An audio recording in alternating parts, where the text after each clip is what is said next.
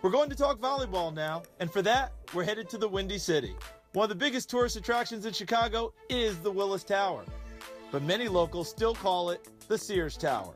It has 110 stories, and it was the tallest building in the world from 1973 to 1998. A year later, in 1999, Dana Rettke was born. She knows what it's like to be tall, too. She was born, she was huge. She was 10 pounds and 22.5 inches long, so she was big from the get-go. It's always, you are so tall, how tall are you?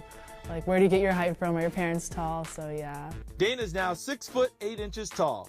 The senior at Riverside Brookfield High School always has been the tallest girl in her class, but her dad didn't truly realize her height until a couple of years ago. When we walked up to a basketball practice when she was in between her freshman and sophomore year, she was playing on a travel team. And the coach said, "Hey, you know, she's taller than you are."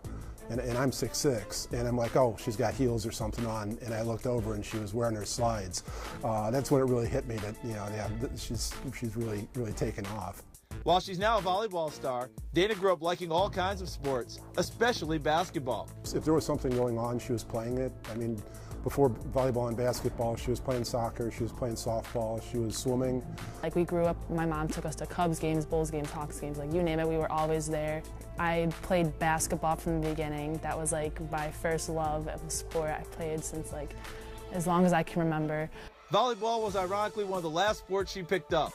She really didn't start playing competitively until her freshman year of high school. But once she got started, success came soon after. She was a first-team All-State selection as a junior, and Max Preps named her a preseason All-American for this year. Her club coaches saw her potential right away, and not just because of her height. I remember watching her a year before when she was playing on the 16s, and she stood out obviously because of her height, but more importantly to me, she stood out because of how coordinated she was.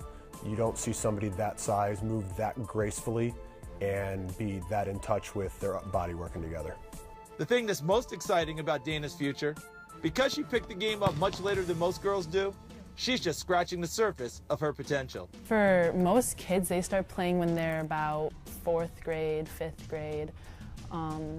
So yeah, it's really weird walking into a sport and not having like the same technical skills as them, but like I'm really working towards that right now. That's basically kind of one of my hardest struggles, is just trying to pick up everything now, because all the kids in my grade and the ones that are really good have been doing it since they've been walking basically. So I've been really open to like learning new techniques and everything, trying to find whatever works for me. There is no ceiling for her.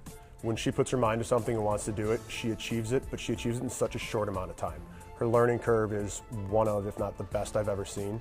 So whenever she has a goal, she just succeeds at it. Just a few years ago, Dana was hoping to earn a college basketball scholarship, but she quickly gained a lot of attention in volleyball. She's accepted a scholarship from the Wisconsin Badgers, and she and her family are excited about her future in Madison. Well, I'm so glad I don't have to drive so far. I mean, it's enough where we can get there on a Friday night in 3 hours and it's all good. I love everything about University of Wisconsin. The campus is gorgeous. Like, I always tell people that like when you walk on campus, you feel like you're part of something bigger than yourself. You feel like you're part of this big family, and the kids on the team are like my best friends already. The girls in my class, I love them to death. They're my best friends. We talk almost every day. Considering that Dana is still just getting started as a volleyball player, her potential looks to be sky high. By the time she's done at Wisconsin, anybody who's a volleyball fan is going to know her name. Her potential and ceiling is unmatched. I kind of call her like a generational player. Probably in the next 30 years I'll be coaching, I'll never have somebody like her again.